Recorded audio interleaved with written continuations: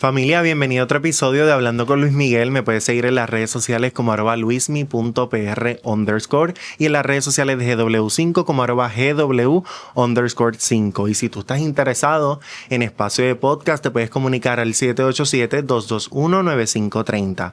Aquí en GW5 no tan solo está Hablando con Luis Miguel, hay muchísimo, una variedad de podcasts buenísimos de diversidad de contenidos y de temas que están, miren, muy chéveres para que vayan a la página de GW5 y usted mire todo lo que se está haciendo aquí. Y yo siempre he sido muy hincapié en que tenemos que apoyarnos los unos a los otros. Aquí en GW5 hay muchos talentos, pero hubo un talento en específico que cuando yo vi su podcast y vi el título de su podcast, yo dije, aquí hay algo que me llama mucho la atención y no sé si es porque me identifiqué con la palabra desaprende. Ella es Jovanska Molina. Amo, gracias por esa introducción tan linda. Amo lo que haces. Estoy súper feliz por ti porque no todo el mundo se atreve a dar este paso. Yo sé que es difícil y es duro y más cuando uno está empezando. Claro. Pero te felicito y I'm so proud que seas de la familia de GW. Gracias, no, gracias a ti, gracias a ti. ¿De dónde nace tu deseo por entrevistar? Wow. Yo creo que desde bien pequeñita yo siempre sabía que yo quería hacer algo relacionado a las comunicaciones y la arte. Yo me acuerdo como hoy que yo veía el televisor y yo decía, mami, ¿qué yo tengo que hacer para estar ahí adentro? Porque obviamente pues no sabía que era periodismo, que era nada. Yo vengo de Arecibo, del campo de Arecibo. Mi familia, nadie tiene nada que ver ni con comunicaciones, ni con modelaje, nada. Pero a mi abuela y a mi mamá siempre le gustó el arte. A mi mamá siempre era bien graciosa, le encantaba la comedia. Mi abuela también estuvo en modelaje mucho tiempo, pero no lo veían como un trabajo. Lo veían como pues ese sueño lejano, como que ay, mi sueño era hacer tal cosa, pero yo no nací con ese privilegio. Y yo con el tiempo, por eso quizás desaprende viene, es como mi propósito de vida, porque con el tiempo yo fui desaprendiendo y entendiendo y buscando información y me sentaba a leer la biografía de modelos, de reinas de belleza, de actrices. Y yo decía, pero ellos no vienen de estos lugares privilegiados tampoco. ¿Qué yo tengo que hacer? Claro. ¿Trabajar duro? Pues vamos a trabajar duro y todavía estoy en ese proceso. ¿Cómo defines desaprender? Ay, pues mira, si supieras que para mí desaprender es un estilo de vida. Es un estilo de vida constante. Y qué lindo que me hace esa pregunta porque me he dado mucho cuenta con el proyecto que a veces uno le pregunta a una persona ¿y qué para ti es desaprender? Y se hace un 8 porque piensan que tiene que tener esta respuesta súper estudiada, súper hermética. Y no, mira, desaprender para mí es un estilo de vida. Es tú conocerte tanto y tú saber cuáles son tus áreas a mejorar, tus áreas grises, lo que, ¿verdad? En el proceso en el que está, entender de que por más difícil que muchas cosas sean en nuestras vidas, tampoco estamos aquí para hacernos las víctimas de las cosas, ¿me entiendes? Y desaprender es como tomar las riendas de tu vida y decir, ok, esto lo puedo entender, entiendo de dónde viene, pero entiendo que nada de eso me define y que yo tengo la oportunidad de cambiar mi vida si así yo lo decido con el proceso de desaprender. O sea, lo que es desaprender para mí no necesariamente tiene que ser para ti. Y lo que para mí era desaprender hace 2, 4 meses o años atrás, jamás en la vida es lo que es desaprender ahora, porque vuelvo, es un estilo de vida, depende en el proceso en el que te encuentres. Pero es entender de que nada es imposible, ¿me entiendes? Ahora tienes que tener disciplina, paciencia y trabajar. Mucho tiene que ver con, obviamente, ir a terapia. Claro. Y romper patrones. O sea, desaprender es un estilo de vida que a mí me cambió la vida, de verdad. A mí me encanta porque en tu... Por eso lo tengo tatuado. Ay, ¿lo tienes tatuado? Sí, lo tengo tatuado. Casi nadie lo sabe, pero me lo tatué en Miami. Está por ahí. Qué bien. No se ve mucho, pero por ahí está. Ay, a mí, yo no tengo muchos tatuajes, solamente tengo uno. Yo también, ese. Y me lo hice en un momento dado de mi vida que yo sentí que yo tenía que tatuarme la frase todo pasa. Sí. Porque, ok, cuando uno dice la palabra todo pasa, pues uno rápido piensa que todo va a pasar. Uh-huh. Que nada es para siempre. Uh-huh. Pero también le podemos dar otro significado a todo pasa de que todo eso que tú te propongas en la vida va a pasar. Va a pasar. Me encanta. No lo había visto de esa manera. Es que yo soy bien de frases. Me encanta. Yo soy bien de frases y por eso es que yo creo que yo soy fan tuyo. Porque yo creo que rápido que yo vi el desaprende, cuando llego aquí a la familia de GW5, yo dije, esto es un tema que es bien importante, Jovanska, porque muchas veces venimos de espacios o ¿verdad? De una cultura o de tradiciones que nos toca desaprender, porque muchas veces las cosas que aprendimos no necesariamente son las correctas. O quizás no funcionaban en un momento dado y ya no nos funcionan, y eso también está bien. Y creo que también, perdóname que te interrumpa, pero creo que también el proceso de desaprender tiene mucho que ver con nuestra familia. Creo que ahí es donde está la raíz de todo. Y no significa de que nos criaron mal o nos criaron bien. Significa de que quizás ellos nos inculcaron cosas que a ellos les funcionaron. Y quizás a mí no me funcionan ya por el estilo de vida que tengo, porque no escogí el mismo camino, o porque estamos en etapas distintas, o porque simplemente la sociedad es distinta ahora como lo era antes. O sea, todo es parte de eso. Mencionas mucho algo y te lo admiro, y frente a, ¿verdad? En mi espacio te lo quiero agradecer, porque en episodios tuyos, porque los veo, mencionas mucho la importancia de ir a terapia. Sí. ¿Por qué, verdad? Eres muy valiente al decirlo, y yo admiro eso de ti. ¿Por qué? ¿Cuál es la importancia de ir a terapia? Porque yo sé la contestación, para mí es primordial, es sumamente necesario. Pero hay gente que nos ve, que no entiende, que dice, no, yo no necesito eso. Sí. Cuéntame un poquito de eso. Pues mira, en mi caso, yo vengo de una familia donde la salud mental estuvo bien comprometida desde pequeña. Entonces yo veía estas cosas de terapia como, pues si tú tienes definitivamente un problema grave de salud mental, pues entonces vas a terapia. Pero con el tiempo, no sé en qué momento, genuinamente, yo en uno de mis episodios yo hablé, estaba contando, creo que aquí empezó todo. Yo me sentía bien mal, y en la universidad yo estaba pasando por una ruptura amorosa, pero era como que repetía muchos patrones. Yo me sentía horrible en mi vida. Y una bibliotecaria me mira y me dice, tú no estás bien. Y yo estaba así vestida, porque yo estaba de certamen de belleza, imagínate tú, sagrado al fin, que tú sabes que ahí todo el mundo es de punta en blanco. Y ella estaba bella, hermosa, preciosa, y ella me dice, tú no te ves bien. Cuando ella me dijo eso, yo me eché a llorar, como si hubiese ido a terapia, te lo juro. Y ahí ella me dio un libro que me dice, toma este libro que te va a ayudar y te va a cambiar muchas perspectivas que no te conozco, pero no sé, esa señora, te lo juro que fue como un ángel. Me dio el libro de los 4 acuerdos.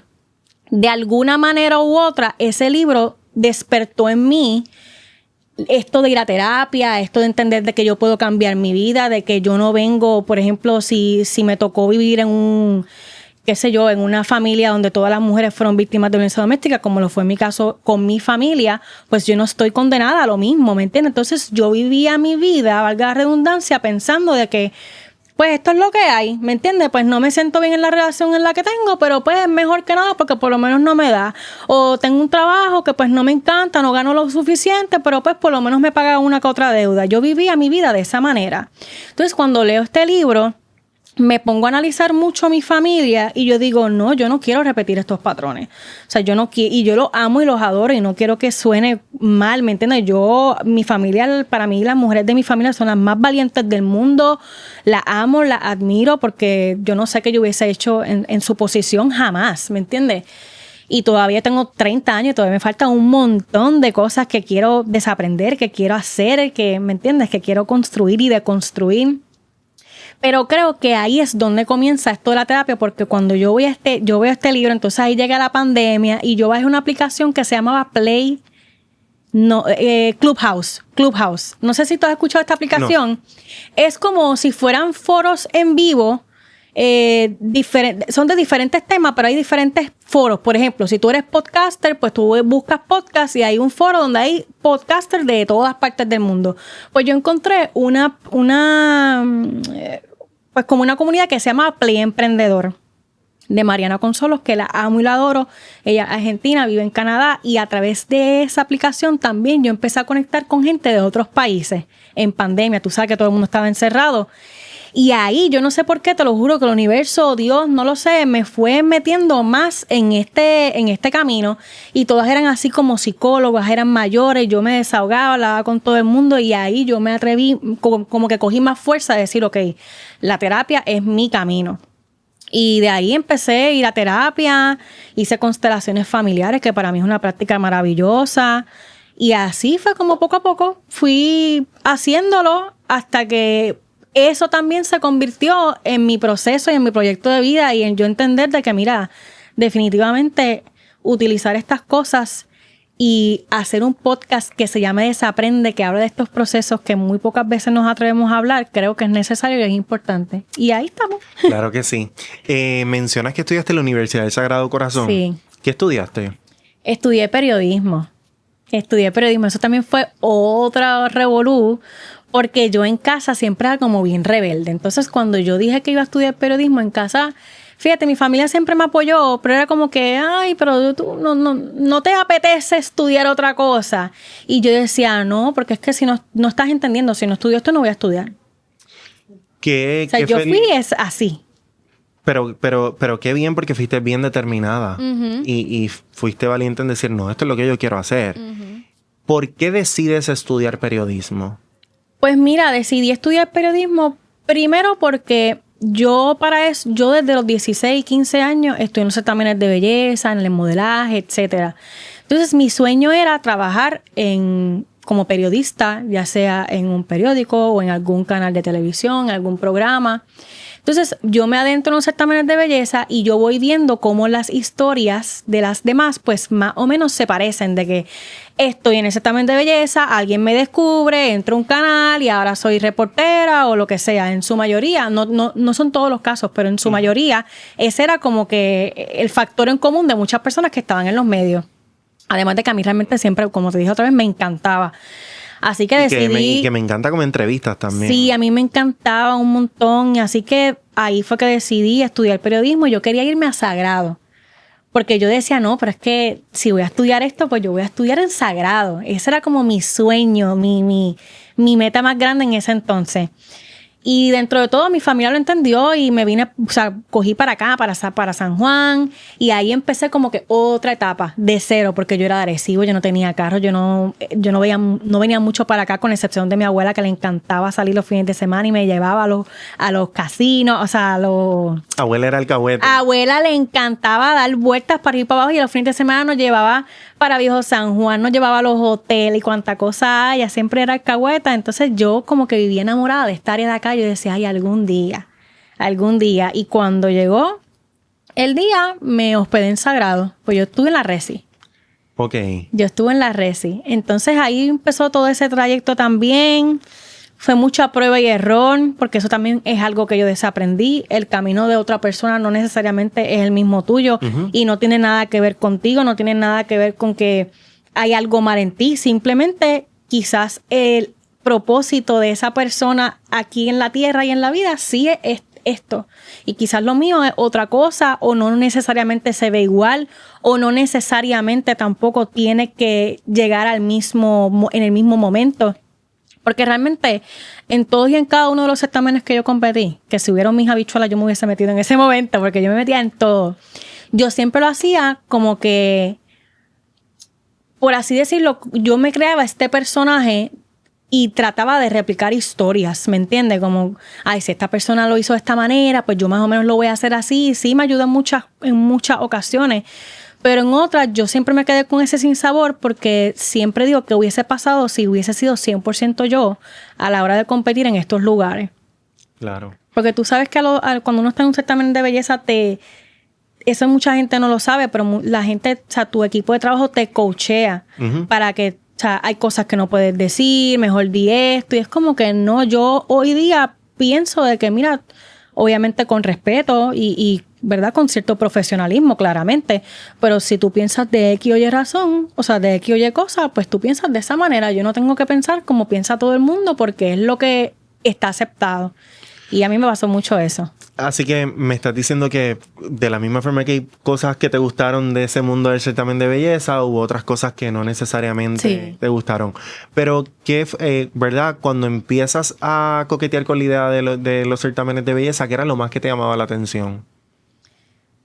Pues mira, a mí siempre me encantó la moda, el revolú de las extensiones. Oye, a mí me encantaba. Yo tengo que decir que Jovanska tiene un sentido de moda Ay, Yo te gracias. sigo.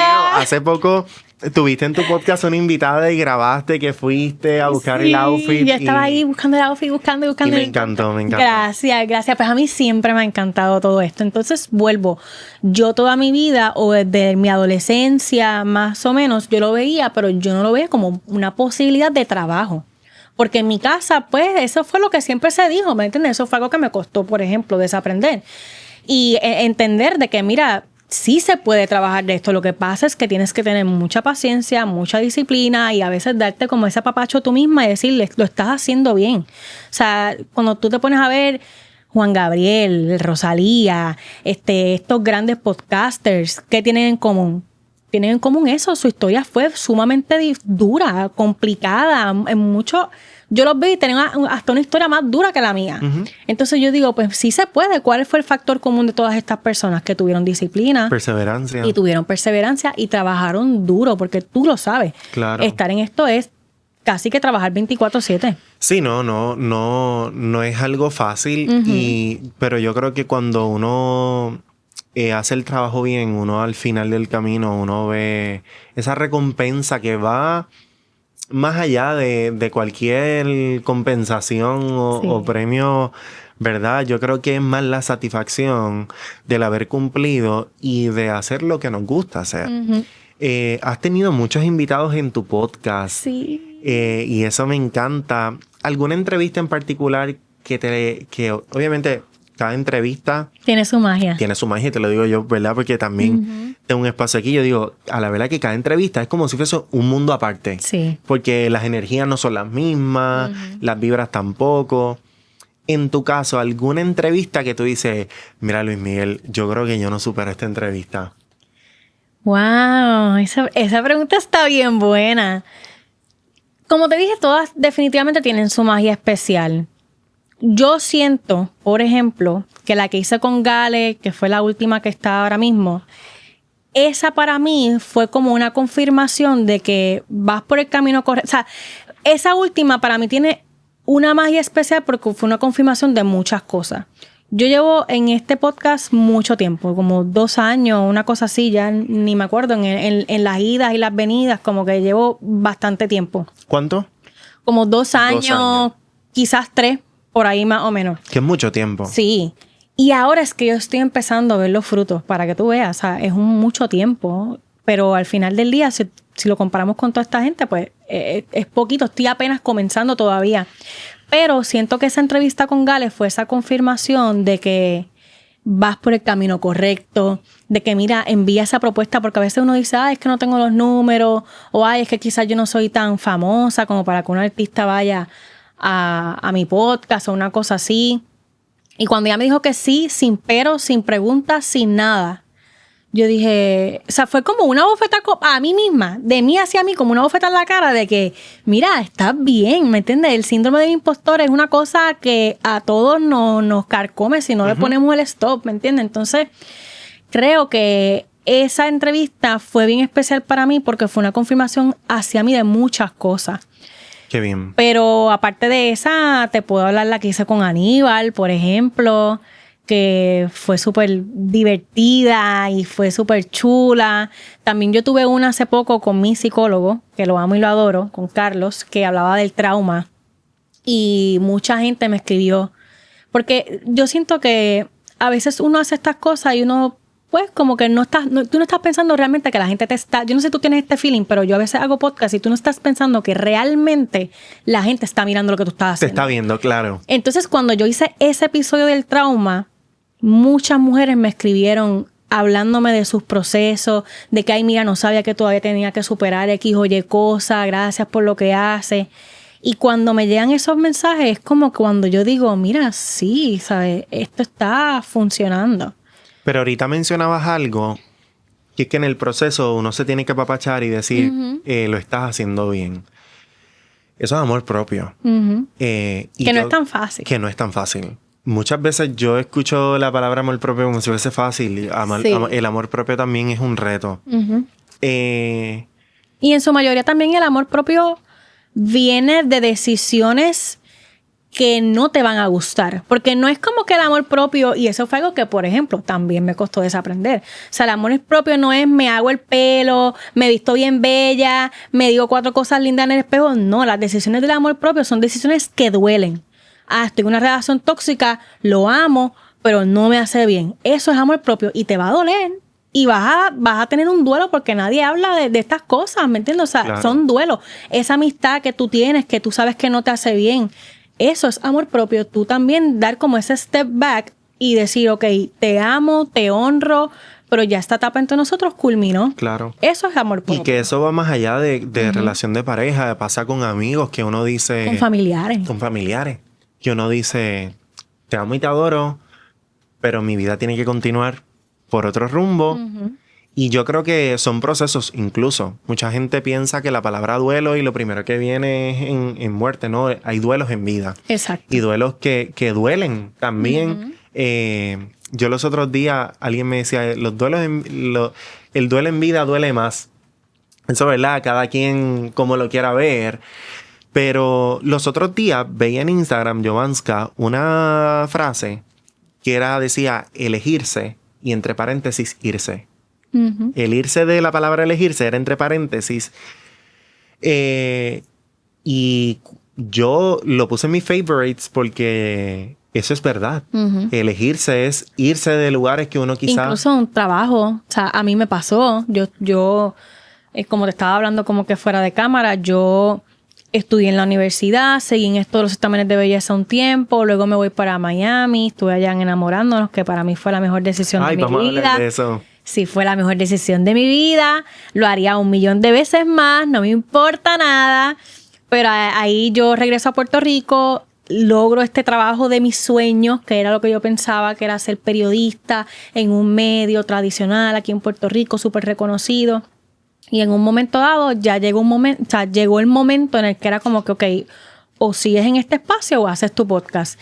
No es una decisión fácil, porque yo en el podcast no estaba monetizando absolutamente nada. No tenía un dinero seguro, no tenía nada. O sea, yo no tenía nada, pero yo decía, es que todavía... Primero que la forma obviamente en estos medios tradicionales no es que no se pueda o que no se quiera, es que a veces obviamente hay falta de personal, hay tantas cosas pasando todo el día que no tienes tiempo para tú sentarte a hablar de estos temas, ¿me entiendes? No es que no importen, porque para estos editoriales y todas estas personas sí importa, y esto fue una experiencia maravillosa en mi vida. Pero yo sabía que yo quería hablar de otras cosas. Yo sabía que yo estaba hecha para hablar de temas que todos sentimos y que todos pensamos. Y que todos pasamos también. Que todos pasamos, pero que nadie habla por miedo a ser juzgado, por miedo a qué van a pensar de mí. Y es como que, mira, hay que hablarlo, hay que soltar. Y entonces, pues yo decidí, ¿verdad?, emprender. Y ha sido un proceso... un roller coaster brutal. Hay días que amo lo que hago, hay días que quiero llorar y me quiero tirar del techo, pero ¿me entiendes? Hay procesos en la vida que no son lineales. Exacto. Incluso yo me atrevo a decir que no hay procesos en la vida lineales. Todos son sube y baja. Cuéntame Enamorándonos. Ay, mira, Enamorándonos fue una experiencia increíble. De verdad, a mí me encantó. Ok, te voy a contar cómo surgió esto.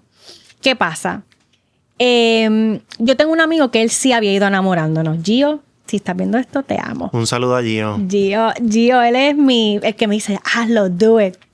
¿Qué pasa? Oye, esos son personas que tenemos que tener en nuestra vida, de verdad que nos dicen, ve. De verdad que sí. Pues él me hace como que... Él me dice, ay, tú deberías ir como que Enamorándonos. Eso no es nada, eso es un fin de semana y ya, eso es algo rápido. Y yo, ay, nene, que tú eres loco, que voy yo para Enamorándonos. Y él me dice, dale, inténtalo. Pues yo me acuerdo que un viernes yo llené la solicitud como que no quiere la cosa, pensando y decía, esto no me van a llamar. El lunes me llamaron. O sea, me llamaron ese mismo viernes como a los 5 minutos. Me dijeron, lunes, ¿puedes venir para acá? Y yo, ¿qué? Qué espectacular. O sea, así, todo fue súper rápido. Yo decía, mira, pero dame un poco de tiempo. Y él me decía, y la productora me decía, pero ¿qué tú necesitas? ¿Tú tienes algo? Y en ese momento yo no tenía ni trabajo, yo no tenía nada, o sea, seguro. Nada seguro, nada certero. Y ella, una presión es real. Y yo decía, ay, pues dale, olvídate. Me fui lunes con una maletita pensando que qué sé yo, a los 2 o 3 días iba a volver. Pues el punto fue que entre una cosa y la otra, la producción me dijo, mira, ¿quieres quedarte el season completo? Y yo lo decía... Estuviste en el palco de Enamorándonos. Sí, yo decía...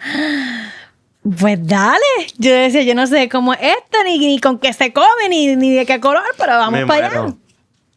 Pues, ¿qué pasa? Los primeros meses fueron bien difíciles, pero bien difíciles de que yo lloraba todos los días, porque ¿qué pasa? Cuando yo voy para allá, obviamente tú sabes que este lugar es gente de todas partes del mundo. O sea, hay mucho latino, pero hay gente que también viene de Europa. Entonces, ¿qué pasa?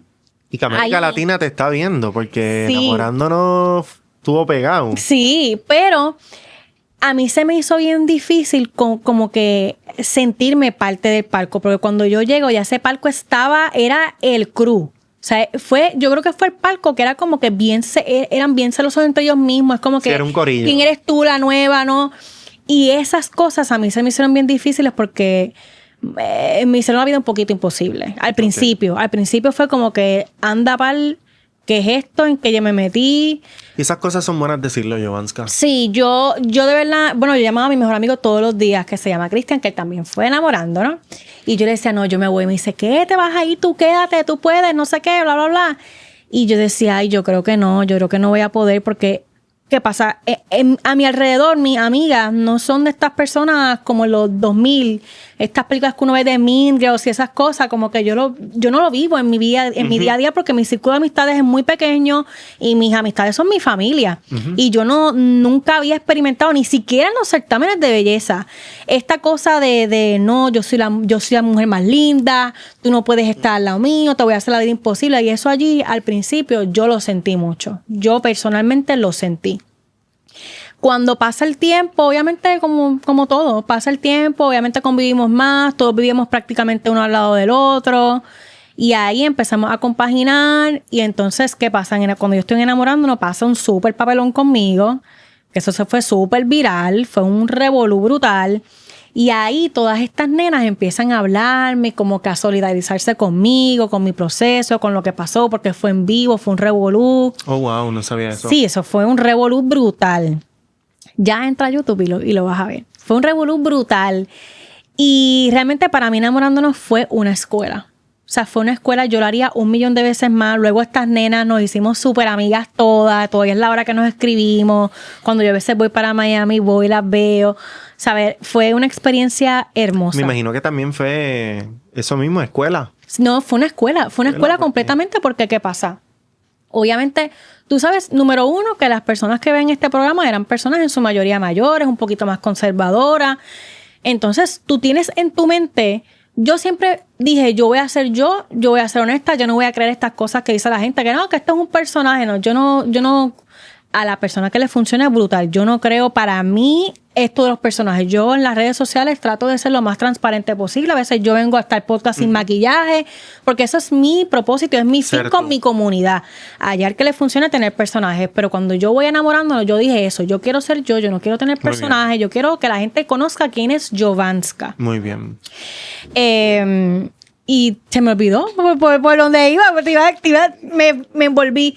Anyways, el punto es que sí, fue una experiencia brutal. Entonces ahí, escuela, fue aprendizaje. Cuando tú estás en vivo, ahí ya la agarré para atrás. Cuando tú estás en vivo, tú estás pensando en tantas cosas a la vez. Porque es como que cualquier cosa que digas se puede malinterpretar, entonces la gente empieza a mirarte con otros ojos y entonces te ponen el sello. Y hay en estos programas a la que alguien te pone el sello, imposible que te lo quiten. Si tú tienes el sello de la problemática, vas a hacer la problemática hasta que se acabe el programa. Si tú tienes ¿sabes? Entonces yo decía, ¿cómo le hago para entenderme, para realmente que la gente, ¿me entiendes?, me conozca? Y en ese proceso pues fue un poco complicado. Cuando pasa este revolú, no lo viste, pero es un revolú que se fue súper viral con un muchacho que estaba saliendo conmigo. Entonces se puso a decir un montón de cosas en vivo que eran mentiras. Eso fue un show, de verdad. Eso fue un show. Al muchacho lo botaron en vivo del programa y todo fue de verdad. Y, qué incómodo para ti. Sí, y mucha gente se pregunta si estas cosas son reales y estas cosas son 100% reales. 100% reales. Entonces yo estaba llorando porque yo tenía una rabia por dentro de que, mano, ¿sabes? Hiciste esto de esta manera, me expusiste así. con cosas que no son verdad. Entonces yo tenía mucho miedo de que la gente le creyera esas cosas que le estaba diciendo que no eran verdad, porque realmente no eran verdad. Y si fue, o sea, ya yo a las alturas yo lo hubiera dicho. Entonces yo tenía como que mucho eso de que qué va a pensar la gente, mi familia está viendo esto, yo soy una persona bien familiar y aunque yo no me considero una persona conservadora, pero no es que expongo ahí todo, ¿me entiendes? Entonces Claro. en ese punto pues fue un poco complicado, pero ahí donde vuelvo que cuando tú eres tú y tu esencia, o sea, no finges nada, no tienes este personaje, te muestras vulnerable, la gente entiende. La gente sabe por dónde va la cosa. Y la verdad es que de ahí también mucha gente me escribió, muchas mujeres escribiéndome sus historias de violencia doméstica. O sea, fue una experiencia... Irónicamente, ese momento que pasó, que no fue tan funny, no fue tan fun, o sea, fue bien fuerte, pero después que pasó... como que todo lo que me escribía la gente, el apoyo tan lindo, la misma producción se comportaron conmigo como unos reyes, ¿sabes? Qué Fue bien. la experiencia más hermosa que he tenido en mi vida. De verdad, y no me arrepiento de haberlo hecho. Y si yo me hubiese dejado llevar por el que dirán, yo jamás me hubiera perdido de una de las experiencias más bellas de mi vida. Y eso que dices es bien importante, la importancia de no dejarse llevar por el que dirán, porque yo creo que uno tiene que lanzarse, confiar en uno y sobre todo confiar en los procesos. Sí. ¿Cómo te ves de cara al futuro, Jovanska? Ay, quiero hacer tantas cosas. Quiero viajar, quiero seguir desaprendiendo. Creo que me encanta tanto la palabra, me encanta tu Sí. propuesta y no me canso de decirlo. Gracias. Yo desaprendo mucho también en el camino, en cada episodio que tengo, en cada invitado que llevo. Es como una terapia. Yo digo que es como una terapia para mí y para mi comunidad y todas las personas que lo quieran escuchar. Pero sí, creo que me veo así, como que deconstruyéndome cada día más, siéndome más fiel a mí. Y yo creo que esa debe ser la aspiración de todos los seres humanos, de construirnos Sí. y seguir este camino llamado vida siendo uno y siendo leal a uno. Quiero viajar, vamos a ver, este nuevo año siempre digo lo mismo, pero eso es algo que quiero retomar y decir, ok, quiero viajar y vamos a viajar. Viajar en la escuela andante. Sí. Viajar en una escuela. Sí. Jovanska, todo lo mejor para ti. Gracias. ¿Cómo te pueden encontrar para que la gente vaya y sintonice Desaprende Podcast? Pues nos pueden encontrar como Desaprende Podcast en YouTube, en Spotify, en Apple Podcast, en donde sea que te guste escuchar tu podcast, ahí lo vas a encontrar. Sale todos los martes a las 6 de la tarde. Y también me pueden conseguir como Jovanska Molina en las redes sociales. Pero si quieren darle más amor a Desaprende, mejor. Así que ya saben, familia, vayan a Desaprende. Jovanska, todo lo bueno para ti. Ay, Cosas gracias. buenas, Gracias cosas siempre por todo. Gracias por invitarme a este proyecto tan hermoso que tienes. Sigue así. A mí me hubiese encantado empezar a tu edad. Eso es lo más maravilloso. Tú salir de la escuela o estar terminando la universidad y empezar en un proyecto así. De verdad, va brutal. Brutal. De verdad que Gracias, sí. gracias. Todo lo bueno para ti siempre. Igual. Familia, ya saben, este episodio está espectacular, me lo he disfrutado muchísimo. No olvides seguirme en las redes sociales como @luismi.pr_. En las redes sociales de GW5 como @GW_5. Y si no has ido al canal, dale like, suscríbete, dale a la campanita y verás Hablando con Luis Miguel. Pero mire, podcast como el de Jovanska, de compañeros que se están votando aquí en GW5. Hasta la próxima.